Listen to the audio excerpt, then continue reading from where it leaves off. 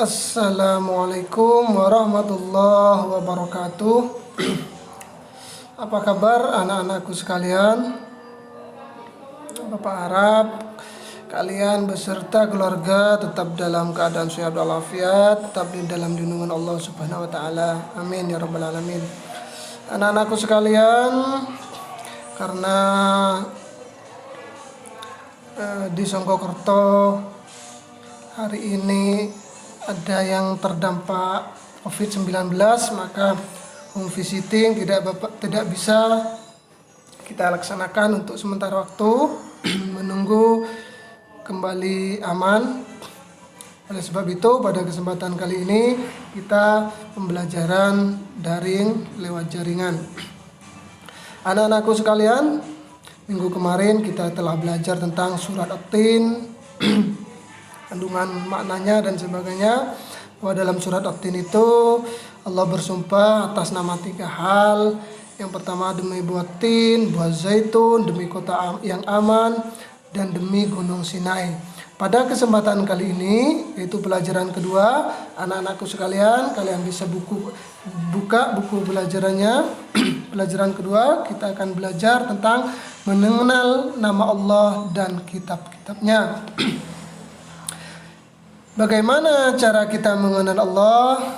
Ada 2 cara, yaitu dengan melalui ayat-ayat kauniyah atau tanda-tanda keagungan Allah pada alam semesta dan seluruh makhluknya.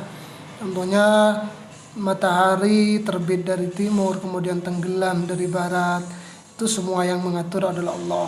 Bagaimana Allah menciptakan gunung-gunung dan sebagainya. Ketika kita melihat alam, pasti kita ingat siapa yang menciptakan. Tentunya yang menciptakan adalah Allah Subhanahu wa taala. Itu cara yang pertama. Cara yang kedua adalah dengan ayat-ayat syariah atau tanda-tanda keagungan Allah pada syariat atau agamanya. Salah satunya yaitu mengenal Allah melalui Asmaul Husna. Apa itu Asmaul Husna? Asmaul Husna adalah nama-nama yang baik atau nama-nama yang indah. Asmaul Husna adalah nama-nama Allah yang indah. Ada berapa Asmaul Husna itu? Asmaul Husna itu ada 99. Tapi pada kesempatan kali ini kita akan belajar 4 nama-nama baik atau 4 Asmaul Husna. Yang pertama adalah Al-Mumit. Apa itu Al-Mumit? Al-Mumit artinya yang maha mematikan. Jadi di dunia ini enggak ada yang bisa mematikan semua makhluk yang bernyawa kecuali Allah Subhanahu wa taala. Dan semua makhluk yang bernyawa pasti akan mengalami yang namanya kematian. Dan yang maha mematikan itu hanya satu, yaitu Allah Subhanahu wa taala. Makanya Allah memiliki sifat atau nama Al-Mumit, yang maha mematikan. Yang kedua adalah Al-Hayyu. Al-Hayyu. Apa itu Al-Hayyu? Al-Hayyu artinya yang maha hidup. Jadi Allah memiliki sifat maha hidup. Jadi Allah itu hidup dan kekal selama-lamanya. Karena Allah tidak akan pernah mengalami yang namanya kematian. Beda dengan kita. Kalau makhluk bernyawa itu pasti mengalami kematian. Tapi kalau Allah itu karena memiliki sifat Al-Hayyu, maha hidup, dia kekal selama-lamanya dan bisa menghidupkan segala sesuatu sesuai dengan kehendaknya. Itu Al-Hayyu. Yang ketiga adalah sifat Asmaul Husna Al-Qayyum. Apa itu Al-Qayyum?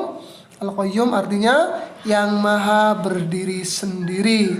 Jadi Allah itu memiliki sifat Al-Qayyum, maha mandiri atau maha berdiri sendiri, tidak butuh bantuan siapapun.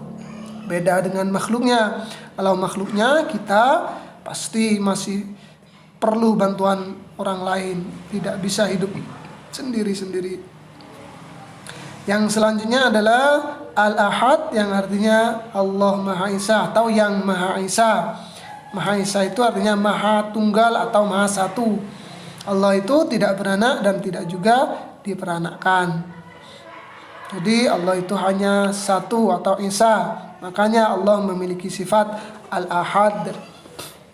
Kalau Allah, orang yang menyekutukan Allah dan berpikir Allah itu lebih dari satu, berarti itu termasuk golongan orang-orang yang syirik, orang yang menyekutukan Allah. Dalam Quran surat Al-Ikhlas sudah dijelaskan, Qul huwallahu ahad. Katakanlah wahai Muhammad, dialah Allah yang Maha Esa atau Maha Satu. Jadi itu 4 Asmaul Husna yang perlu kita ketahui bersama. Yang pertama ada Al-Mumit, artinya Maha mematikan. Al-Hayyu, Maha hidup. Al-Qayyum, Maha berdiri sendiri atau Maha mandiri. Dan yang terakhir adalah Al-Ahad, yaitu yang Maha Esa. Selanjutnya aku ingin terpuji di hadapan Allah. Di sini anak-anakku sekalian, kalian bisa baca, bagaimana cara mengaplikasikan 4 nama-nama baik tersebut. Kita coba kalian praktekkan dalam kehidupan sehari-hari. Kalian baca ini, kemudian ketika sudah selesai, anak-anakku, kalian buka LKS-nya halaman 17. Di situ ada aktivitas siswa 2.1. Anak-anakku sekalian, di situ ada 5 pertanyaan. Yang pertama, bagaimana cara kita mengenal Allah? Selanjutnya, apa yang kalian pahami tentang Asmaul Husna? Yang ketiga, apa yang kalian pahami tentang Asmaul Husna Al-Qayyum? Yang keempat, bagaimana cara mengenali Asmaul Husna Al-Hayyu?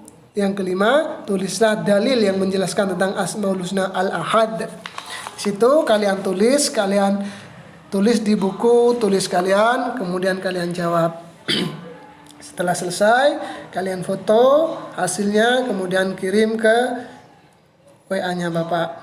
Mungkin hanya itu pembelajaran hari ini. Jangan lupa untuk kelas 5 materi BTQ-nya yaitu menghafal Quran surat Al-Ma'un. Maksimal hari Sabtu anak-anakku sudah kirim voice note atau rekaman hafalannya ke WA Bapak. Mungkin hanya itu dari Bapak, kurang lebihnya mohon maaf. Assalamualaikum warahmatullahi wabarakatuh.